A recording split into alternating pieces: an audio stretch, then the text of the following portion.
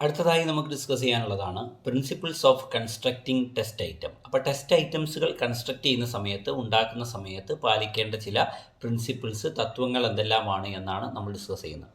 നമ്മൾ എന്ത് ചെയ്തു, വ്യത്യസ്തമായിട്ടുള്ള ടെസ്റ്റ് ഐറ്റംസിനെ കുറിച്ച് നമ്മൾ എന്ത് ചെയ്തു, കഴിഞ്ഞ ക്ലാസ്സിൽ ഡിസ്കസ് ചെയ്തതാണ്.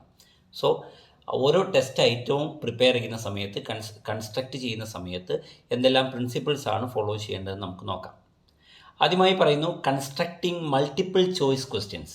മൾട്ടിപ്പിൾ ചോയ്സ് ക്വസ്റ്റ്യൻസ് കൺസ്ട്രക്ട് ചെയ്യുന്ന സമയത്ത് എന്തെല്ലാം കാര്യങ്ങളാണ് എന്ത് ചെയ്യേണ്ടത്, പരിഗണിക്കേണ്ടത്, എന്തെല്ലാം പ്രിൻസിപ്പിൾസ് ആണ് ഫോളോ ചെയ്യേണ്ടത്. ആദ്യം പറയുന്നത് ഒരു മൾട്ടിപ്പിൾ ചോയ്സ് ക്വസ്റ്റ്യൻസിൻ്റെ സ്റ്റെം അഥവാ ക്വസ്റ്റ്യനുമായി ബന്ധപ്പെട്ട പ്രിൻസിപ്പിൾസ് ആണ്. ഒരു മൾട്ടിപ്പിൾ ചോയ്സ് മൾട്ടിപ്പിൾ ചോയ്സിലെ ക്വസ്റ്റ്യൻസിലെ ക്വസ്റ്റ്യൻ എന്ത് ചെയ്യുന്നു, ക്വസ്റ്റ്യൻ പ്രിപ്പയർ ചെയ്യുന്ന സമയത്ത് എന്തെല്ലാം പ്രിൻസിപ്പിൾസ് ആണ് ഫോളോ ചെയ്യേണ്ടത്. അതിലൊന്നാണ് use direct question scheme. Direct question scheme എന്ത് ചെയ്യുക, ഉപയോഗിക്കുക. പിന്നെയോ item should be clear, definite and explicit. വളരെ കൃത്യമായി വ്യക്തമായിട്ട് എന്ത് ചെയ്യണം, ഈ മൾട്ടിപ്പിൾ ചോയ്സ് ക്വസ്റ്റ്യൻ വളരെ ക്ലിയർ ആയിരിക്കണം, ഡെഫിനിറ്റ് ആയിരിക്കണം. പിന്നെയോ eliminate excess language or non functioning words.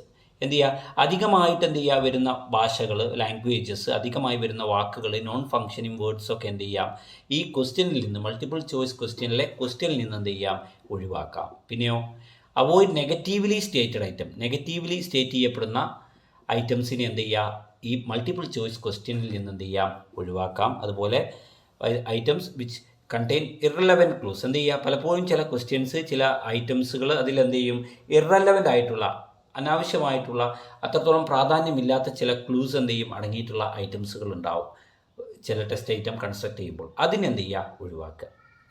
പിന്നെ ഈ മൾട്ടിപ്പിൾ ചോയ്സ് ക്വസ്റ്റ്യൻ അല്ലാതെ പിന്നീട് എന്ത് വരുന്നുണ്ട്, 4 ഓപ്ഷനുകൾ, ഏറ്റവും ചുരുങ്ങിയത് 4 അതിൽ അധികം ഓപ്ഷനുകളൊക്കെ വരുന്നുണ്ടല്ലോ.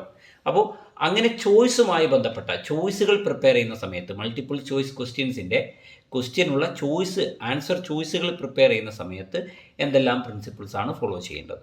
ഒന്നാമതാണ് present alternative in logical or alphabetical or numerical order. എന്ത് ചെയ്യുക, ഈ ആൾട്ടർനേറ്റീവ്സിന് എന്തെങ്കിലും എന്ത് ചെയ്യുക, ലോജിക്കൽ ഓർഡറിലോ ആൽഫബറ്റിക്കൽ ഓർഡറിലോ അല്ലെങ്കിൽ ന്യൂമറിക്കൽ ഓർഡറിലോ എന്ത് ചെയ്യുക, പ്രസൻറ്റ് ചെയ്യുക, അവതരിപ്പിക്കുക. പിന്നെയോ പ്രസൻറ്റ് 4 ഓർ മോർ ഓപ്ഷൻ. ഏറ്റവും ചുരുങ്ങിയത് എന്ത് ചെയ്യുക, മൾട്ടിപ്പിൾ ചോയ്സ് ക്വസ്റ്റ്യൻസിന് എത്ര ഓപ്ഷൻ കൊടുക്കുക, 4 ക്വസ്റ്റ്യൻ, അതിൽ കൂടുതലായാലും പ്രശ്നമില്ല. പിന്നെയോ response alternatives should be mutually exclusive. എന്ത് ചെയ്യണം, നമ്മുടെ ആൾട്ടർനേറ്റീവ്സ് ഉണ്ടല്ലോ, അതായത് ഒരു ക്വസ്റ്റ്യൻസിനുള്ള ആൾട്ടർനേറ്റീവ് ചോയ്സുകൾ ഉണ്ടാവും. ഈ ചോയ്സുകളെല്ലാം മ്യൂച്വലി എക്സ്ക്ലൂസീവ് ആയിരിക്കണം. മ്യൂച്വലി എക്സ്ക്ലൂസീവ് ആയിരിക്കണം, പരസ്പര ബന്ധമുള്ളത് ആവരുത്. പിന്നെയോ യൂസ് അട്രാക്റ്റീവ് ആൾട്ടർനേറ്റീവ്സ്. എന്ത് ചെയ്യുക, അട്രാക്റ്റീവ് ആയിട്ടുള്ള, ആകർഷകമായിട്ടുള്ള ആൾട്ടർനേറ്റീവ്സിനെ എന്ത് ചെയ്യുക, ഒരു മൾട്ടിപ്പിൾ ചോയ്സ് ക്വസ്റ്റ്യൻ എന്ത് ചെയ്യുക, നൽകുക. പിന്നെയോ ഫോളോ ദ റൂൾസ് ഓഫ് ഗ്രാമറിൻ്റെ റൂളുകളൊക്കെ എന്ത് ചെയ്യുക, ഫോളോ ചെയ്യുക. സോ ഒരു മൾട്ടിപ്പിൾ ചോയ്സിൽ സ്റ്റെം അഥവാ ക്വസ്റ്റ്യനും ചോയ്സുമായി ബന്ധപ്പെട്ട പ്രിൻസിപ്പിൾസ് ആണ് പറഞ്ഞത്. പിന്നീട് വരുന്നതാണ് കൺസ്ട്രക്റ്റിംഗ് മാച്ചിങ് ടൈപ്പ് ക്വസ്റ്റ്യൻ. നമുക്കറിയാം 2 കോളങ്ങളായിട്ട് 2 ഭാഗങ്ങളായിട്ടുണ്ടാവും. 2 ഭാഗത്തും നിരവധി കണ്ടൻറ്റുകൾ ഉണ്ടാവും. എന്നിട്ട് എന്ത് ചെയ്യും, നമുക്ക് ക്വസ്റ്റ്യൻ തരും, match the box A with B. അല്ലേ, എ ബോക്സിലുള്ള എ എന്ന് പറയുന്ന കോളത്തിലുള്ളവ എന്ത് ചെയ്യുക, ബി എന്ന് പറയുന്ന കോളത്തിലുള്ളവയുമായിട്ട് എന്ത് ചെയ്യുക, മാച്ച് ചെയ്യുക എന്നാണ് പറയുക. Use homogeneous material or related material should be used in single matching exercise. ഒരു സിംഗിൾ മാച്ചിങ് എക്സസൈസിൽ എന്ത് ചെയ്യുക, ഹോമോജീനിയസ് ആയിട്ടുള്ള, റിലേറ്റഡ് ആയിട്ടുള്ള മെറ്റീരിയൽസിനെ എന്ത് ചെയ്യുക, ഉപയോഗപ്പെടുത്തുക. ഏകദേശം സിമിലർ ആയിട്ടുള്ള മെറ്റീരിയൽസിനെ ഉപയോഗപ്പെടുത്തുക. പിന്നെയോ include unequal number of responses and premise. എന്ത് ചെയ്യുക, റെസ്പോൺസുകളുടെ എണ്ണം കോളം എയിൽ 5 എണ്ണം ആണെങ്കിൽ എന്ത് ചെയ്യണം, കോളം ബിയിൽ 6 7 എണ്ണം എന്ത് ചെയ്യാം, നൽകാം. അൺഈക്വൽ നമ്പർ ഓഫ് റെസ്പോൺസസ് എന്ത് ചെയ്യാം, നൽകാം. പിന്നെയോ arrange the responses in alphabetical or logical order. എന്ത് ചെയ്യുക, ഈ റെസ്പോൺസുകളെ എന്ത് ചെയ്യുക, ആൽഫബറ്റിക്കൽ ഓർഡറിലോ അല്ലെങ്കിൽ യുക്തിക്കനുസരിച്ചുള്ള ലോജിക്കൽ ആയിട്ടുള്ള ഓർഡറിലോ എന്ത് ചെയ്യാം, അറേഞ്ച് ചെയ്യാം. പിന്നെയോ place all the items for the matching type on the same page. എന്ത് ചെയ്യുക, മാച്ചിങ് ടൈപ്പ് ക്വസ്റ്റ്യനുമായി ബന്ധപ്പെട്ട എല്ലാ ഐറ്റത്തിനെയും എന്ത് ചെയ്യുക, ഒരൊറ്റ പേജിൽ തന്നെ എന്ത് ചെയ്യുക, കൊണ്ടുവരാൻ ശ്രദ്ധിക്കുക. അതായത് മാച്ചിങ് ടൈപ്പ് ക്വസ്റ്റ്യൻ ആണെങ്കിൽ ഒരു പകുതി ക്വസ്റ്റ്യൻ എന്ത് ചെയ്യുക, ഒരു പേജിലും പകുതി ക്വസ്റ്റ്യൻ മറ്റൊരു പേജിലും ആകാതെ ശ്രദ്ധിക്കുക. പിന്നെയോ diagrams may also used for matching. എന്ത് ചെയ്യുക, ഡയഗ്രംസ് ഒക്കെ എന്ത് ചെയ്യാം, വേണമെങ്കിൽ ഈ മാച്ചിങ് ടൈപ്പ് ക്വസ്റ്റ്യനിൽ എന്ത് ചെയ്യുക, ഡയഗ്രംസ് ഒക്കെ വേണമെങ്കിൽ ഉപയോഗിക്കാവുന്നതാണ്. അടുത്തതാണ് constructing true or false or alternative response. എന്ത് ചെയ്യുന്നു, ട്രൂ ഓർ ഫാൾസ് അല്ലെങ്കിൽ ആൾട്ടർനേറ്റീവ് റെസ്പോൺസ് ക്വസ്റ്റ്യന് പ്രിപ്പയർ ചെയ്യുന്ന സമയത്ത് എന്തെല്ലാം പ്രിൻസിപ്പിൾസ് ഫോളോ ചെയ്യണം. Make statements 100% true or false if they are to be judged. എന്ത് ചെയ്യുക? സ്റ്റേറ്റ്മെൻറ്റുകൾ നമ്മൾ ഒരു സ്റ്റേറ്റ്മെൻറ്റ് നൽകിയിട്ട് അത് യെസ് ഓർ നോ എന്ന് പറയുന്ന ഓപ്ഷനാണ് ചോദിക്കുന്നത്. 2 ഫാക്ടറാണ്, 2 ഫാക്ടേഴ്സാണ് അവിടെ ഉള്ളത്, 2 എലമെൻറ്റുകളാണുള്ളത്. ഡൈക്കോട്ടോമസ് ആയിട്ടുള്ള ഒരു ക്വസ്റ്റ്യനാണ്. അപ്പോൾ എന്ത് ചെയ്യണം? ഇവിടെ 100% ശരിയോ തെറ്റോ ആയിട്ടുള്ള ഒരു സ്റ്റേറ്റ്മെൻ്റ് ആണ് എന്ത് ചെയ്യേണ്ടത്? ഇവിടെ ട്രൂ ഓർ ഫാൾസ് എന്ന് പറയുന്ന ഒരു ചോദ്യം ഉണ്ടാക്കുമ്പോൾ നൽകേണ്ടത്. പിന്നെയോ avoid the use of negative on double negative words, അല്ലേ? നെഗറ്റീവ് വേർഡ്സ്, ഡബിൾ നെഗറ്റീവ് വേർഡ്സുകൾ, ഡബിൾ മീനിങ് വേർഡ്സ് ഒക്കെ എന്ത് ചെയ്യാം? ഈ പറയുന്ന ആൾട്ടർനേറ്റീവ് റെസ്പോൺസ് ബന്ധപ്പെട്ട ട്രൂ ഓർ ഫാൾസ് ക്വസ്റ്റ്യനിൽ നിന്ന് ഒഴിവാക്കാം. പിന്നെയോ ലോങ് കോംപ്ലക്സ് സെൻറ്റൻസുകൾ, വളരെ എന്ത് ചെയ്യുക? ലോങ് ആയിട്ടുള്ള വളരെ സങ്കീർണമായിട്ടുള്ള സെൻറ്റൻസുകൾ എന്ത് ചെയ്യുക?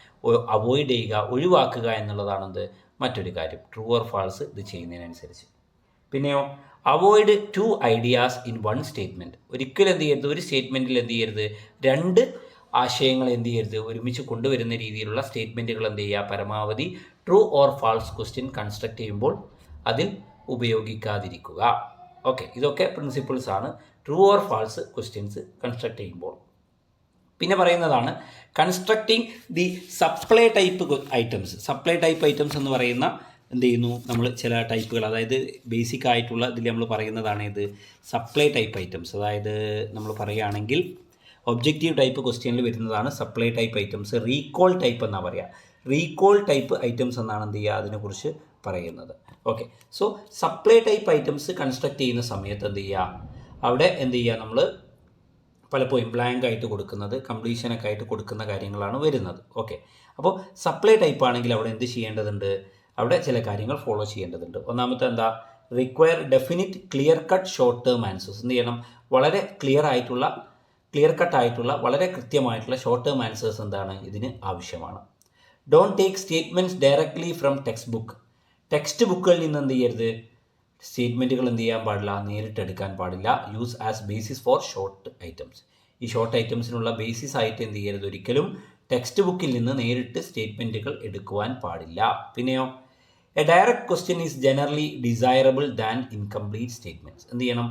ഒരു ഡയറക്റ്റ് ക്വസ്റ്റ്യൻ എന്ന് പറയുന്നത് എപ്പോഴും എന്താണ്? ഡിസൈറബിൾ ആണ്. ഇതിനേക്കാളും ഒരു ഇൻകംപ്ലീറ്റ് സ്റ്റേറ്റ്മെൻറ്റിനേക്കാളും എന്ന് പറയുന്നു, ഒരു അപൂർണമായിട്ടുള്ള സ്റ്റേറ്റ്മെൻറ്റിനേക്കാളും ഏറ്റവും നല്ലത് എന്താണ്? ഒരു ഡയറക്റ്റ് ക്വസ്റ്റ്യൻ ആണ് എന്ന് പറയുന്നു.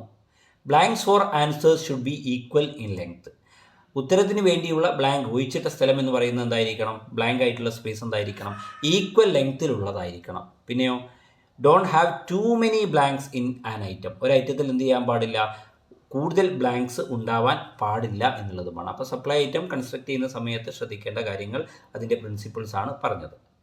പിന്നീട് വരുന്നതാണ് principles of short answer questions. Principles of short answer questions അതിൽ പറയുന്നത് എന്താ? Words should be clear and meaning full. Short answer questions ആണെങ്കിൽ അതിൽ ഉപയോഗിക്കുന്ന വേർഡ്സ് എന്തായിരിക്കണം? വളരെ ക്ലിയർ ആയിരിക്കണം. അതുപോലെ തന്നെ എന്തായിരിക്കണം? മീനിങ് ഫുൾ ആയിരിക്കണം. പിന്നെയോ structure the question so that the range of acceptable responses should consist few sentences for a short list item. എന്ത് ചെയ്യുന്നു? നമ്മൾ ക്വസ്റ്റ്യൻസിനെ സ്ട്രക്ചർ ചെയ്യുന്നതിലൂടെ എന്ത് ചെയ്യാൻ സാധിക്കും? വളരെ കൺസൈസ് ആയിട്ടുള്ള വളരെ കുറച്ച് സെൻറ്റൻസിൽ എന്ത് ചെയ്യാം? നമുക്ക് ആൻസർ എഴുതുവാൻ സാധിക്കും. പിന്നെയോ when using computational problems, computation കണക്ക് കൂട്ടുന്നതുമായി ബന്ധപ്പെട്ട പ്രോബ്ലംസ് ഒക്കെയാണ് ഉപയോഗിക്കുന്നതെങ്കിൽ എന്ത് ചെയ്യണം? അവിടെ കൃത്യമായിട്ട് എന്ത് ചെയ്യണം? യൂണിറ്റ്സ്, ഡിഗ്രി ഓഫ് പ്രിസിഷൻ ഒക്കെ എന്ത് ചെയ്യണം? കൃത്യമായിട്ട് എക്സ്പ്രസ് ചെയ്തിരിക്കേണ്ടത് ഉണ്ട് എന്നാണ് പറയുന്നത്. അടുത്തതാണ് constructing essay type question. Essay type questions എന്ത് ചെയ്യുന്നു? കൺസ്ട്രക്ട് ചെയ്യുന്നതുമായി ബന്ധപ്പെട്ട പ്രിൻസിപ്പിൾസ് എന്തെല്ലാമാണ്? Construction type question is A question in which the students has to give written response up to several paragraphs and pages. നിരവധി പാരഗ്രാഫിലോ അല്ലെങ്കിൽ നിരവധി പേജുകളിലോ ആയിട്ട് ഉത്തരം നൽകേണ്ട ചോദ്യമാണ് ഇത് എസ്സേ ടൈപ്പ് ക്വസ്റ്റ്യൻ എന്നറിയപ്പെടുന്നത്. Okay, use words that convey meaning to the students. എന്ത് ചെയ്യുന്നു? ഇവിടെ എന്ത് ചെയ്യുന്നു? നമുക്ക് വേർഡ്സ് ആണ് എന്ത് ചെയ്യുന്നത്? കുട്ടികൾക്ക് അവരുടെ എന്ത് ചെയ്യുന്നു? ആശയത്തെ കൺവേ ചെയ്യുന്നതിന് വേണ്ടിയിട്ട് ഉപയോഗിക്കാൻ സാധിക്കുക. അവർക്ക് എന്ത് ചെയ്യുക? എത്ര വേർഡ്സിൽ വേണമെങ്കിലും എന്ത് ചെയ്യാം? അവരുടെ ആശയത്തെ, ഒരു ക്വസ്റ്റ്യനുമായി ബന്ധപ്പെട്ട അവരുടെ അറിവിനെ എന്ത് ചെയ്യാം? അവർക്കിവിടെ ഉപയോഗിക്കുവാൻ സാധിക്കും. പിന്നെയോ use essay question for the purpose of it best serve. എന്ത് ചെയ്യുക? എസ്സേ ക്വസ്റ്റ്യൻ ഉപയോഗിക്കുന്നത് എന്തിനാണ്? എപ്പോഴും അതിനൊരു പർപ്പസ്, അത് ഏറ്റവും ബെസ്റ്റായിട്ട് എന്ത് ചെയ്യുന്നു? ആ ഒരു പർപ്പസ് ഉള്ള ഒരു കാര്യത്തിന് മാത്രമേ, ക്വസ്റ്റ്യന് മാത്രമേ എന്ത് ചെയ്യാൻ പാടുള്ളൂ? എസ്സേ ക്വസ്റ്റ്യൻ ഉപയോഗിക്കാൻ പാടുള്ളൂ. പിന്നെയോ determine in advance the weightage expected for the complete answer. ഒരു എസ് എ ക്വസ്റ്റ്യൻ്റെ മുഴുവൻ ചോദ്യത്തിനും ഉള്ള ഉത്തരം, ആ ചോദ്യത്തിനുള്ള മുഴുവൻ ഉത്തരത്തിനും എത്രത്തോളം വെയിറ്റേജ് ഉണ്ട് എന്ന് നേരത്തെ മുൻകൂട്ടി തീരുമാനിക്കേണ്ടതാണ്. പിന്നെയോ S A question can be controlled or uncontrolled. S A question എന്ന് പറയുമ്പോൾ കൺട്രോൾഡ് ആയിരിക്കും, അല്ലെങ്കിൽ അൺകൺട്രോൾഡ് ആയിരിക്കും, ക്ലോസ് എൻഡ് ആയിരിക്കും, അതുപോലെ ഓപ്പൺ ആയിട്ടുള്ള ചോദ്യങ്ങൾ അവിടെ വരാം. പിന്നെയോ question should be measure students ability to analyse, synthesise and evaluate. എന്ത് ചെയ്യുന്നു? കുട്ടികളുടെ എബിലിറ്റി അനലൈസ് ചെയ്യുന്നതിനുള്ള, സിന്തസൈസ് ചെയ്യുന്നതിനുള്ള, ഇവാലുവേറ്റ് ചെയ്യുന്നതിനുള്ള സ്കില്ലുകളാണ് എന്ത് ചെയ്യുന്നത്? എസ് എ ക്വസ്റ്റ്യൻ ഉപയോഗിച്ചുകൊണ്ട് എന്ത് ചെയ്യുന്നത്? നമ്മൾ കണക്കാക്കുന്നത്, മെഷർ ചെയ്യുന്നത്. Okay. Then 7 types of S A question. 7 തരത്തിലുള്ള എസ് എ ക്വസ്റ്റ്യനുകളാണ് നിലവിലുള്ളത്. ഓക്കെ, 7 തരത്തിലുള്ള എസ് എ ക്വസ്റ്റ്യനുകൾ. അതിലൊന്നാമത്തതാണ് ടെല്ലിംഗ് ഒപ്പീനിയൻ. അപ്പോൾ എന്ത് ചെയ്യുക? അവിടെ ചോദ്യം വരുമ്പോൾ ഇങ്ങനെയാണ്: what is your opinion about Mughal emperor?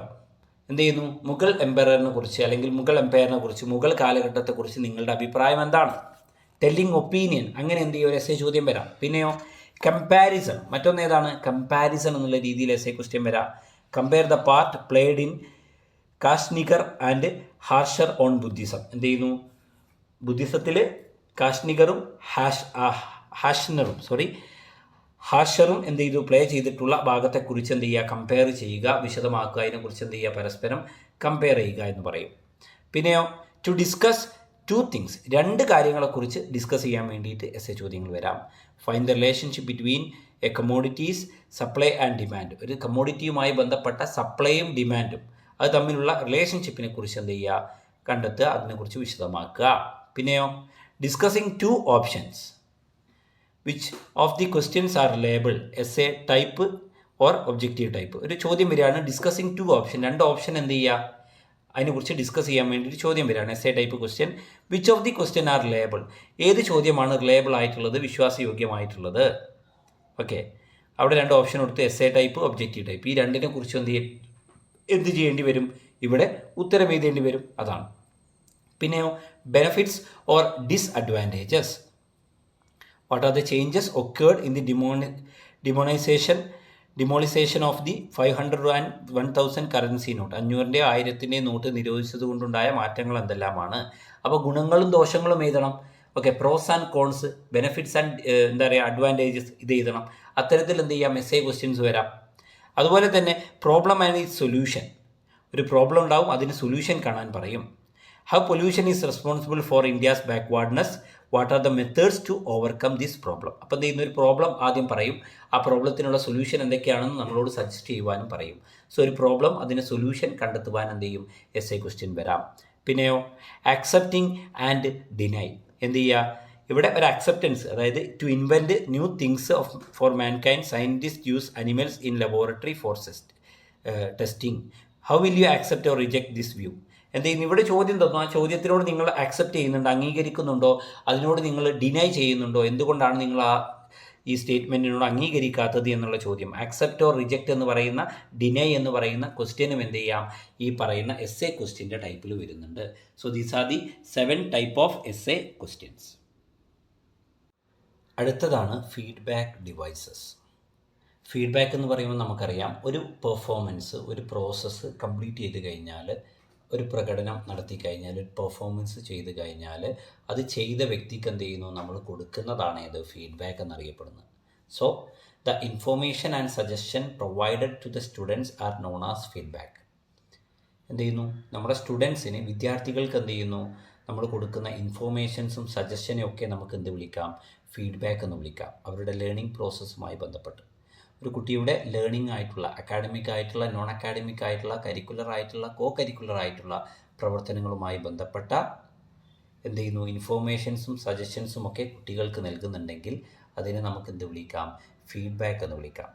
It is very essential for students. ഇത് സ്റ്റുഡൻസിന് വളരെ അത്യാവശ്യമായിട്ടുള്ളൊരു കാര്യമാണ്.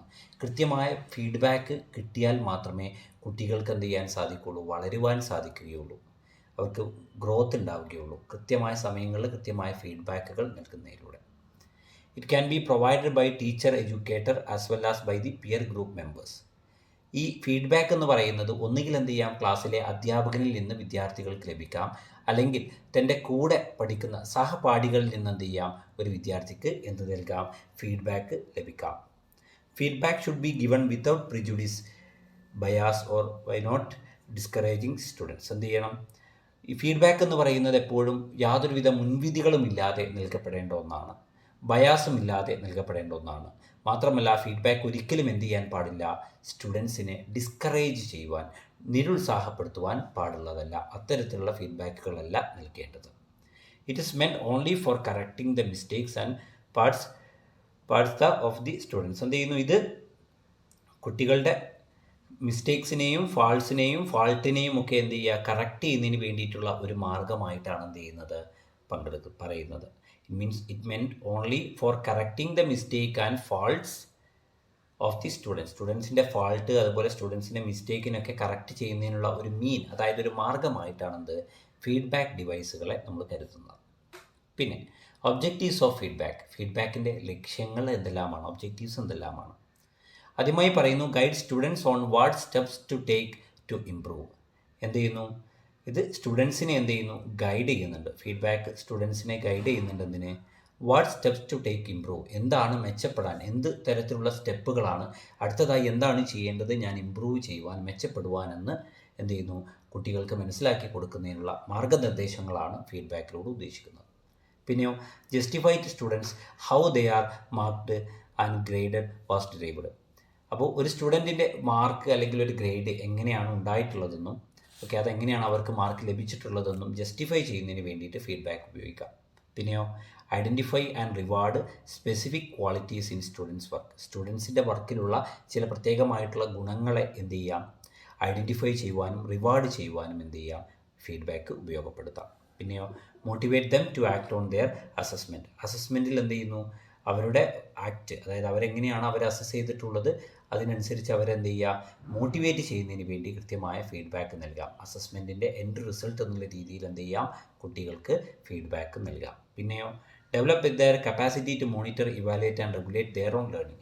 ഒരു വിദ്യാർത്ഥി അവൻ്റെ തന്നെ എന്ത് ചെയ്യുക, ലേണിങ്ങിനെ, പഠനത്തെ എന്ത് ചെയ്യുക, മോണിറ്റർ ചെയ്യുവാനും ഇവാലുവേറ്റ് ചെയ്യുവാനും റെഗുലേറ്റ് ചെയ്യുവാനുമുള്ള ഒരു കപ്പാസിറ്റി വളർത്തിക്കൊണ്ടുവരിക എന്നുള്ള ലക്ഷ്യം കൂടി ഫീഡ്ബാക്കിന് ഉണ്ട്. പിന്നീട് പറയുന്നതാണ് പ്രിൻസിപ്പിൾസ് ഓഫ് ഗുഡ് ഫീഡ്ബാക്ക്. ഒരു നല്ല ഫീഡ്ബാക്കിൻ്റെ പ്രിൻസിപ്പിൾസ്, തത്വങ്ങൾ എന്തെല്ലാമാണ്? ആദ്യം പറയുന്നത്, it promote dialogue and conversation around the goals of the assessment and task. എന്ത് ചെയ്യുന്നു, ഇത് പ്രൊമോട്ട് ചെയ്യുന്നുണ്ട്. ഒരു ഡയലോഗും ഒരു കോൺവെർസേഷനും അറൗണ്ട് ദി ഗോൾസ്. എന്ത് ചെയ്യുന്നു, നമ്മളുടെ ലക്ഷ്യങ്ങളുമായി ബന്ധപ്പെട്ട, അസസ്മെൻറ്റുമായി ബന്ധപ്പെട്ട, ടാസ്കുമായി ബന്ധപ്പെട്ട കാര്യങ്ങളുമായി ബന്ധപ്പെട്ട് ഡയലോഗ്സ് അതുപോലെ കോൺവെർസേഷനെ പ്രൊമോട്ട് ചെയ്യുന്നുണ്ട് ഇത്. പിന്നെയോ emphasis the instructional aspect of feedback and not only the correctional dimensions. എന്ത് ചെയ്യുന്നു, ഇവിടെ ഇൻസ്ട്രക്ഷണൽ ആസ്പെക്റ്റുകൾക്കും എന്ത് ചെയ്യുന്നുണ്ട്, പ്രാധാന്യം കൊടുക്കുന്നുണ്ട്, അല്ലാതെ കറക്ഷണൽ ഡയമെൻഷൻസിന് മാത്രമല്ല. പിന്നെയോ the goals of the assessment ask and new speed back to link the student performance to specified assessment course. എന്ത് ചെയ്യുന്നു, അസസ്മെൻറ്റ് കാര്യങ്ങൾക്ക് എന്ത് ചെയ്യുന്നു, ഫീഡ്ബാക്ക് ഉപയോഗിക്കുന്നതിന് വേണ്ടിയിട്ടാണ്. അസസ്മെൻറ്റ് സ്റ്റുഡൻറ്റിൻ്റെ പെർഫോമൻസിനെ അസസ് ചെയ്യുന്നതിന് വേണ്ടി ഉപയോഗപ്പെടുത്തുന്നുണ്ട്. ആ ഒരു തത്വം കൂടിയുണ്ട്. പിന്നെയോ engage the students in practical exercises and dialogue to help them to understand the task criteria മനസ്സിലാക്കുന്നതിന് വേണ്ടിയിട്ട് എന്ത് ചെയ്യുന്നു, കുട്ടികൾ പ്രാക്ടിക്കൽ എക്സസൈസിലും ഡയലോഗുമായി ബന്ധപ്പെട്ട് പ്രവർത്തിക്കുന്നു, അതവരെ സഹായിക്കുന്നു. പിന്നെ അതാണ് പ്രധാനമായിട്ട് എന്ത് ചെയ്യുന്നത്, പ്രിൻസിപ്പിൾസ് ആയിട്ട് പറയുന്നത്. പിന്നീട് വരുന്നതാണ് ടൈപ്സ് ഓഫ് ഫീഡ്ബാക്ക്. ഫീഡ്ബാക്കിൻ്റെ ടൈപ്പ്, ഏതെല്ലാം ടൈപ്പിലുള്ള ഫീഡ്ബാക്കുകൾ, ഏതെല്ലാം തരത്തിലുള്ള ഫീഡ്ബാക്കുകൾ നിലവിലുണ്ട് എന്ന ചോദ്യം വരും. അതിലൊന്നാമത്തേതാണ് ഇൻഫോർമൽ ഫീഡ്ബാക്ക് എന്നറിയപ്പെടുന്നത്. ഫസ്റ്റ് ഫീഡ്ബാക്കാണ് ഇൻഫോർമൽ ഫീഡ്ബാക്ക്. അതിൽ പറയുന്നത് എന്താ, it can occur at any time spontaneously in the moment during or action. ഇത് ഒരു പ്രവൃത്തി ചെയ്തുകൊണ്ടിരിക്കുന്നതിൻ്റെ ഇടയിൽ എപ്പോൾ വേണമെങ്കിലും ഉണ്ടാകുന്നതാണെന്ത്, ഇൻഫോർമൽ ഫീഡ്ബാക്ക് എന്നുള്ളത്. It helps students to effectively encourage, coach and guide them in daily management and decision making for learning. ഒരു സ്റ്റുഡൻറ്റിൻ്റെ ലേണിംഗ് ആക്ടിവിറ്റീസിൽ എന്ത് ചെയ്യുക, തീരുമാനങ്ങൾ എടുക്കുന്നതിനൊക്കെ എന്ത് ചെയ്യുന്നു, ഗൈഡ് ചെയ്യുന്ന ഒരു പ്രവൃത്തിയാണ് ഇത്, ഈ ഇൻഫോർമൽ ഫീഡ്ബാക്ക് എന്നുള്ളത്. അതുപോലെ തന്നെ ഫോർമൽ ഫീഡ്ബാക്ക് ഉണ്ടാവും, ഔപചാരികമായ രീതിയിലുള്ള ഫീഡ്ബാക്കുകൾ നൽകുന്നത്.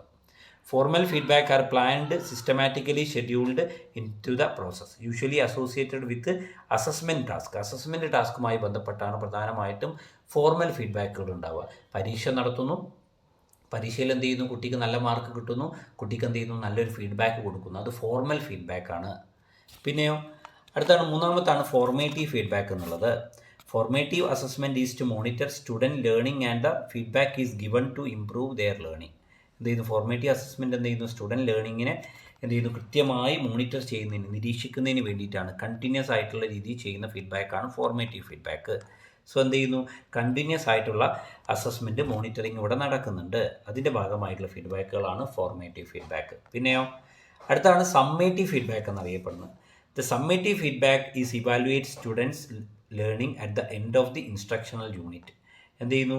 നിശ്ചിത സ്റ്റാൻഡേർഡ് നിലവാരം ഉണ്ടാവും. ആ സ്റ്റാൻഡേർഡുമായിട്ട് എന്ത് ചെയ്യുന്നു? ഒരു ലേണറുടെ ആക്ച്വൽ പെർഫോമൻസിനെ എന്ത് ചെയ്യുന്നു? കമ്പയർ ചെയ്യുന്നൊരു പ്രോസസ്സാണ് സമ്മേറ്റീവ് ഫീഡ്ബാക്കിൽ ഉണ്ടാകുന്നത്. എന്നിട്ട് അതിൻ്റെ ബേസിലാണ് എന്ത് ചെയ്യുന്നത്? ഇവിടെ ഫീഡ്ബാക്ക് നൽകപ്പെടുന്നത്. പിന്നെയോ സ്റ്റുഡൻറ്റ് പിയർ ഫീഡ്ബാക്കാണ്. തൻ്റെ സഹപാഠികളിൽ നിന്ന് എന്ത് ചെയ്യുന്നു? ഫീഡ്ബാക്ക് ലഭിക്കുന്നതാണെന്ത്? ഈ പറയുന്ന സ്റ്റുഡൻറ്റ് പിയർ ഫീഡ്ബാക്ക് എന്ന് പറയുന്ന അതിന് കൂടുതൽ വാല്യൂ ഉണ്ട്. ഓക്കെ, ടീച്ചർ നൽകുന്ന ഇതിനേക്കാൾ കൂടുതൽ വാല്യൂ അവർ ആർക്ക് കൽപ്പിക്കുന്നുണ്ട്? സ്റ്റുഡൻറ്റ് പിയർ ഫീഡ്ബാക്കിന്, തൻ്റെ സഹപാഠികൾ നൽകുന്ന ഫീഡ്ബാക്കുകൾക്ക് കൽപ്പിക്കുന്നുണ്ട്. പിന്നെ സ്റ്റുഡൻറ്റ് സെൽഫ് ഫീഡ്ബാക്ക്, പിന്നെ പറയുന്നത് എന്താ? സ്റ്റുഡൻസിൻ്റെ അവരുടെ സ്വന്തമായിട്ടുള്ള അവർ തന്നെ എന്ത് ചെയ്യുക? ഒരു ഫീഡ്ബാക്ക് നൽകുക. അതാണ് സ്റ്റുഡൻറ്റ് സെൽഫ് ഫീഡ്ബാക്ക് എന്നറിയപ്പെടുന്നത്. So these are the types of feedback. പിന്നെയോ ഫീഡ്ബാക്ക് ക്രൈറ്റീരിയ. എന്തെല്ലാം ക്രൈറ്റീരിയാസ് ആണ് ഒരു ഫീഡ്ബാക്ക് സ്ട്രാറ്റജി കൺസ്ട്രക്ട് ചെയ്യുന്നതുമായി ബന്ധപ്പെട്ട് ഉള്ളത് എന്നുള്ളതാണ്. ആദ്യമായി സ്പെസിഫിക് ആണ്. Feedback must be concrete and related to a specific measurable performance. ഒരു സ്പെസിഫിക് ആയിട്ടുള്ള, ഒരു പ്രത്യേകമായിട്ടുള്ള മെഷർ ചെയ്യാൻ സാധിക്കുന്ന ഒരു പെർഫോമൻസിനെ അടിസ്ഥാനപ്പെടുത്തിയിട്ടാണ് എന്ത് ചെയ്യേണ്ടത്? ഫീഡ്ബാക്ക് ഉണ്ടാവേണ്ടത്. പിന്നെയോ ടൈംലി. എന്ത് ചെയ്യണം? സ്റ്റുഡൻസിന് കൃത്യസമയത്ത് തന്നെ ഫീഡ്ബാക്ക് കൊടുക്കണം.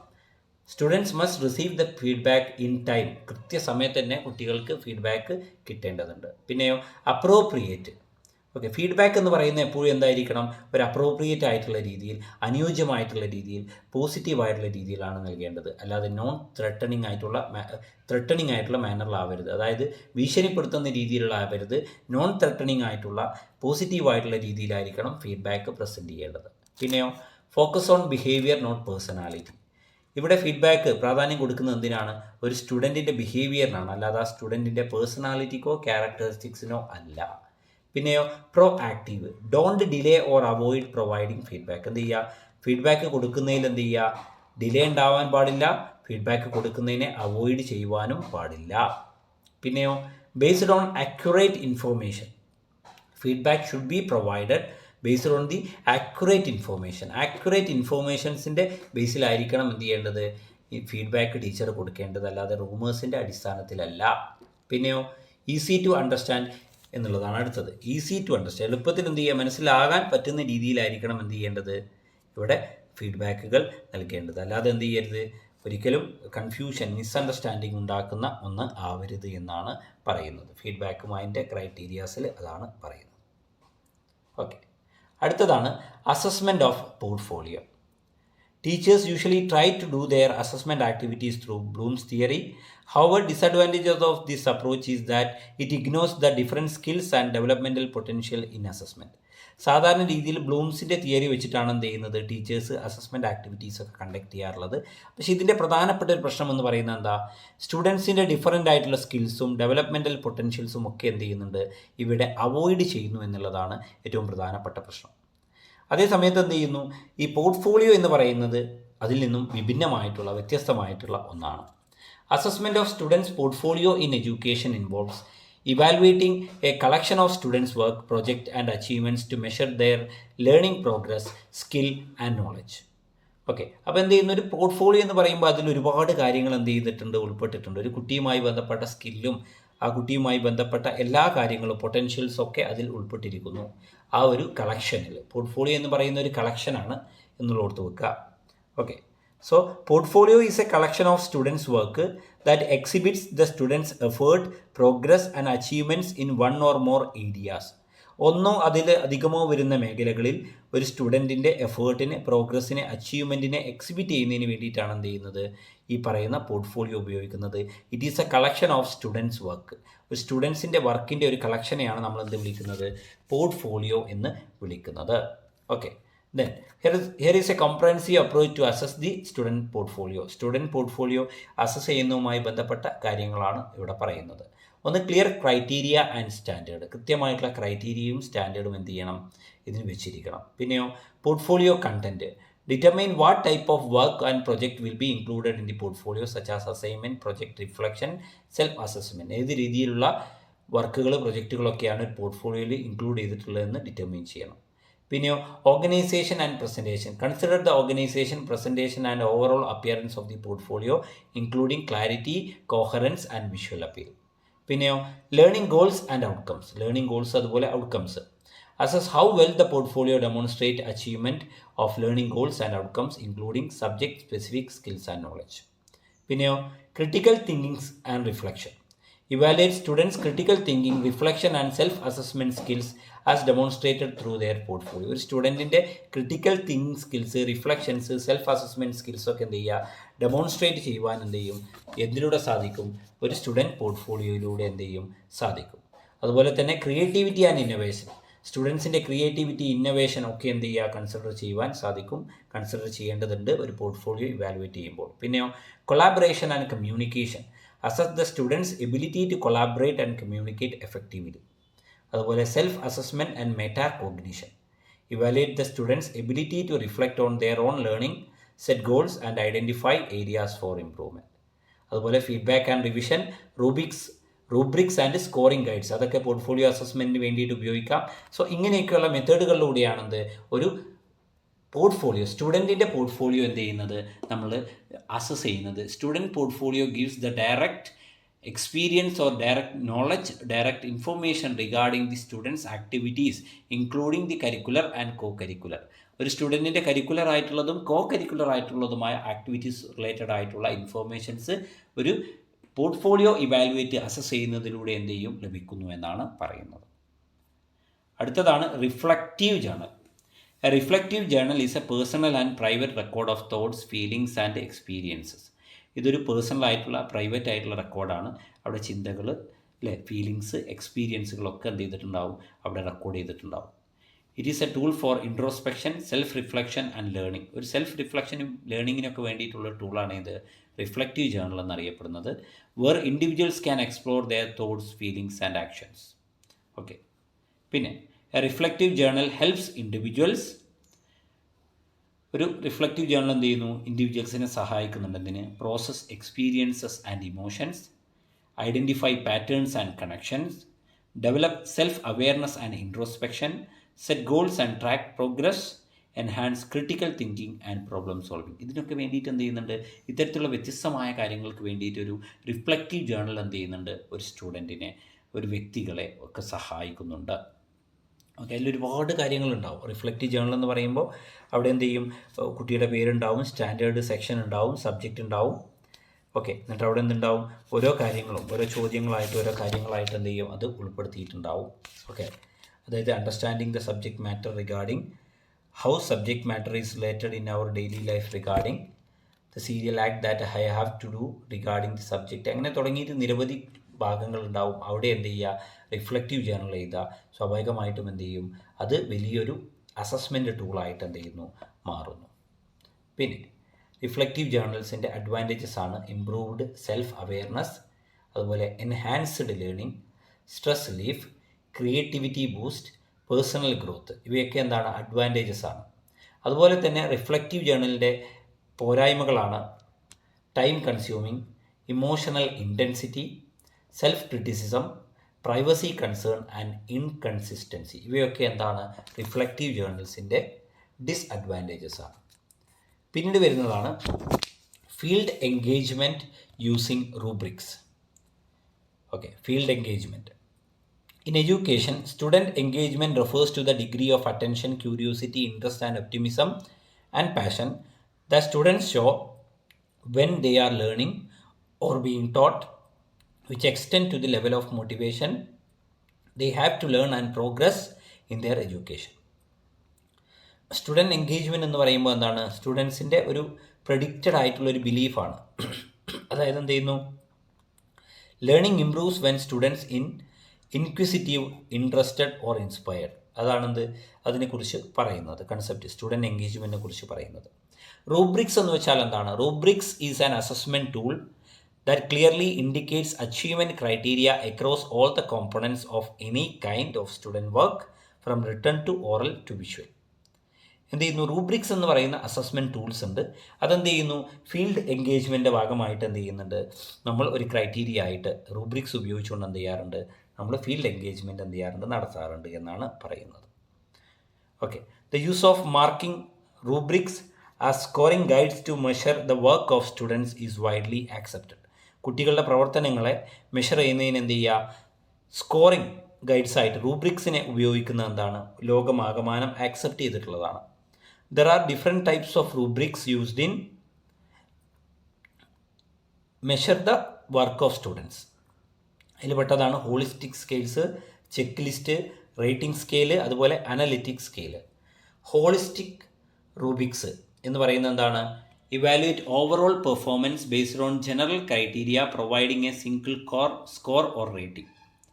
അതേസമയം അനലിറ്റിക്സ് എന്താണ്, assess the specific components or criteria separately providing a detailed breakdown of strength and weakness. So analytic rubrics അതിന് വേണ്ടി ഉപയോഗിക്കുന്നു. പിന്നെയോ ഡെവലപ്മെൻറ്റൽ റൂബ്രിക്സ് ആണ്, focus on the progress and growth over time emphasising improvement and skill development. Developmental rubrics. Checklist rubrics ആണ്, use a list of specific criteria or task to verify completion or demonstration. Checklist എന്ന് പറയുമ്പോൾ അറിയാം, ചെറിയ tick ഇടുന്ന ബോക്സുകൾ ഉണ്ടാവും. അത്തരത്തിലുള്ള ഒരു അസസ്മെൻറ്റിന് വേണ്ടിയിട്ടുള്ള റൂബ്രിക്സ് നമ്മൾ ഉപയോഗിക്കുന്നുണ്ട്. പിന്നെ റേറ്റിംഗ് സ്കെയിൽ റൂബ്രിക്സ് ആണ്, utilise a scale 1 to 5 to rate the performance on specific criteria. ഒരു സ്പെസിഫിക് ക്രൈറ്റീരിയയിലുള്ള പെർഫോമൻസിനെ റേറ്റ് ചെയ്യുന്നതിന് വേണ്ടിയിട്ട് എന്ത് ചെയ്യുന്നു, ഒരു സ്കെയിൽ, റേറ്റിംഗ് സ്കെയിൽ ഉപയോഗിക്കുകയാണ്. 1 to 5 എന്ന് പറയുന്ന സ്കെയിൽ ഫോർ എക്സാമ്പിൾ ഉപയോഗിക്കുക എന്നുള്ളതാണ് റേറ്റിംഗ് സ്കെയിൽ റൂബ്രിക്സ്. അതുപോലെ ഡിസ്ക്രിപ്റ്റീവ് റൂബ്രിക്സ് ഉണ്ട്, provide detailed description on performance level. ഡിസ്ക്രിപ്റ്റീവായിട്ട് വിവരണം എന്നുള്ള രീതിയിൽ നൽകുന്നതാണ്, നരേറ്റീവായിട്ടുള്ളത്. പിന്നെയോ സെൽഫ് അസസ്മെൻറ്റ് റൂബ്രിക്സ് ഉണ്ട്, അതുപോലെ പിയർ അസസ്മെൻറ്റ് റൂബ്രിക്സ് ഉണ്ട്. സെൽഫ് എന്ന് പറയുമ്പോൾ ഒരു വ്യക്തി സ്വയം അസസ് ചെയ്യുന്ന റൂബ്രിക്സ് ഉണ്ട്. പിയർ അസസ്മെൻറ്റ് നമ്മളെ മറ്റുള്ള സഹപാഠികൾ എന്ത് ചെയ്യുന്നു, അസസ് ചെയ്യുന്നു. നമ്മുടെ പെർഫോമൻസിനെ മറ്റുള്ള സഹപാഠികൾ പിയർ ഗ്രൂപ്പ് അസസ് ചെയ്യുന്ന പിയർ അസസ്മെൻറ്റ് റൂബ്രിക്സ് ഒക്കെ അവൈലബിൾ ആണ്. അതുപോലെ കോമ്പിറ്റൻസി ബേസ്ഡ് റൂബ്രിക്സ് ഉണ്ട്, അതുപോലെ ഡൈനാമിക് റൂബ്രിക്സ്. ഇവയൊക്കെ എന്താണ്, ടൈപ്സ് ഓഫ് റൂബ്രിക്സ് ആണ് that is used in field engagement for measuring the students work. സ്റ്റുഡൻസിൻ്റെ വർക്കിനെ മെഷർ ചെയ്യുന്നതിന് വേണ്ടിയിട്ടാണ് ഇത്തരത്തിലുള്ള റൂബ്രിക്സുകൾ ഉപയോഗിക്കുന്നത്. ചെക്ക് ലിസ്റ്റ് ആവട്ടെ, ഹോളിസ്റ്റിക് സ്കെയിൽ ആവട്ടെ, റേറ്റിംഗ് സ്കെയിൽ ആവട്ടെ, അനലിറ്റിക്കൽ സ്കെയിൽ ആവട്ടെ, ഇവയൊക്കെ എന്ത് ചെയ്യുന്നുണ്ട്, നമ്മൾ ഉപയോഗപ്പെടുത്തുന്നുണ്ട്. And the last concept, competency based evaluation. A competency based evaluation refers to any tool that is used to measure the observable behaviors that successful performers demonstrate while working on any given job. എന്ത് ചെയ്യുന്നു, competency based evaluation എന്ന് പറയുന്ന ഏതെങ്കിലും ഒരു tool അത് ഉപയോഗിക്കുന്നു എന്തിന്, ഒരു ഒബ്സർവബിൾ ബിഹേവിയേഴ്സിനെ മെഷർ ചെയ്യുന്നതിന്. അതെന്ത് ചെയ്യുന്നു, നേരത്തെ ഡെമോൺസ്ട്രേറ്റ് ചെയ്തിട്ട് ഒരു ജോലി ചെയ്യുന്നതുമായി ബന്ധപ്പെട്ട് ഡെമോൺസ്ട്രേറ്റ് ചെയ്ത് സക്സസ്ഫുൾ ആയിട്ടുള്ളതാണ്. Competency based evaluation is an approach to assessment that focuses on measuring students' demonstration of specific skills. Students' demonstration or specific skills. എന്ത് ചെയ്യുന്നു, സ്റ്റുഡൻസ് ചില സ്കിൽസ് എന്ത് ചെയ്യുക, അതുപോലെ നോളജ്, ആറ്റിറ്റ്യൂഡ്സ് ഒക്കെ എന്ത് ചെയ്യുക, ഡെമോൺസ്ട്രേറ്റ് ചെയ്യുകയാണെങ്കിൽ അതിനെ മെഷർ ചെയ്യാൻ ഉപയോഗിക്കുന്ന ഒരു അപ്രോച്ചാണ് ഇത് കോമ്പിറ്റൻസി ബേസ്ഡ് ഇവാലുവേഷൻ എന്നറിയപ്പെടുന്നത്. Rather than their age, grade level or seat time. Okay, ഏജോ ഗ്രേഡ് ലെവലോ സീറ്റ് ടൈമോ ഒന്നും പരിഗണിക്കാതെ കുട്ടികളുടെ എന്ത് ചെയ്യുന്നു, ചില സ്കിൽസ്, നോളജ്, ആറ്റിറ്റ്യൂഡ്സ് ഡെമോൺസ്ട്രേറ്റ് ചെയ്യുന്നതിനെ മെഷർ ചെയ്യാൻ ഉപയോഗിക്കുന്ന ഒരു അസസ്മെൻറ്റ് അപ്രോച്ചാണ് ഇത് കോമ്പിറ്റൻസി ബേസ്ഡ് ഇവാലുവേഷൻ. കോമ്പിറ്റൻസി എന്ന് പറയുമ്പോൾ കഴിവ്, ശേഷി എന്നതാണ്. അതിനെ ഇവാലുവേറ്റ് ചെയ്യുന്നതാണെന്ത് ഈ പറയുന്നത്. ഇതിൻ്റെ പ്രധാനപ്പെട്ട കീ പ്രിൻസിപ്പിൾസ് ആണ് ഇത്. Focus on outcomes. ഇവിടെ പ്രാധാന്യം കൊടുക്കുന്നത് എന്തിനാണ്, ഔട്ട്കംസിനാണ്. അതുപോലെ തന്നെ എന്ത് ചെയ്യുന്നു, സ്പെസിഫിക് ആൻഡ് മെഷറബിൾ ആണ്. ഇത് വളരെ ക്ലിയർലി ഡിഫൈൻ ചെയ്തിട്ടുള്ളതാണ് കോമ്പിറ്റൻസീസിനെ. അതുപോലെ കൃത്യമായി അസസ്മെൻറ്റ് ക്രൈറ്റീരിയാസ് ഉള്ളതാണ്. പിന്നെയോ ഡെമോൺസ്ട്രേഷൻ ഓഫ് മാസ്റ്ററി. ഒരു കൺസെപ്റ്റിൽ, ഒരു വർക്കിൽ ഡെമോൺസ്ട്രേറ്റ് ചെയ്തുകൊണ്ട് അതിൽ മാസ്റ്ററി ഉണ്ടോ എന്ന് ചെക്ക് ചെയ്യുകയാണ് ഇവിടെ ചെയ്യുന്നത്, ഡെമോൺസ്ട്രേറ്റ് ചെയ്യുകയാണ് ചെയ്യുന്നത്. പിന്നെ flexibility and pace and continuous feedback. ഇവയൊക്കെയാണ് ഇത് കോമ്പിറ്റൻസി ബേസ്ഡ് ഇവാലുവേഷനുമായി ബന്ധപ്പെട്ട് പറയുവാനുള്ളത്. സോ ഇത്രയുമാണ് ഈ ചാപ്റ്ററുമായി ബന്ധപ്പെട്ട് നമുക്ക് ഡിസ്കസ് ചെയ്യാനുള്ളത്. പറഞ്ഞ കാര്യങ്ങളെല്ലാം വ്യക്തമായി മനസ്സിലായിട്ടുണ്ടാകും എന്ന് കരുതുന്നു.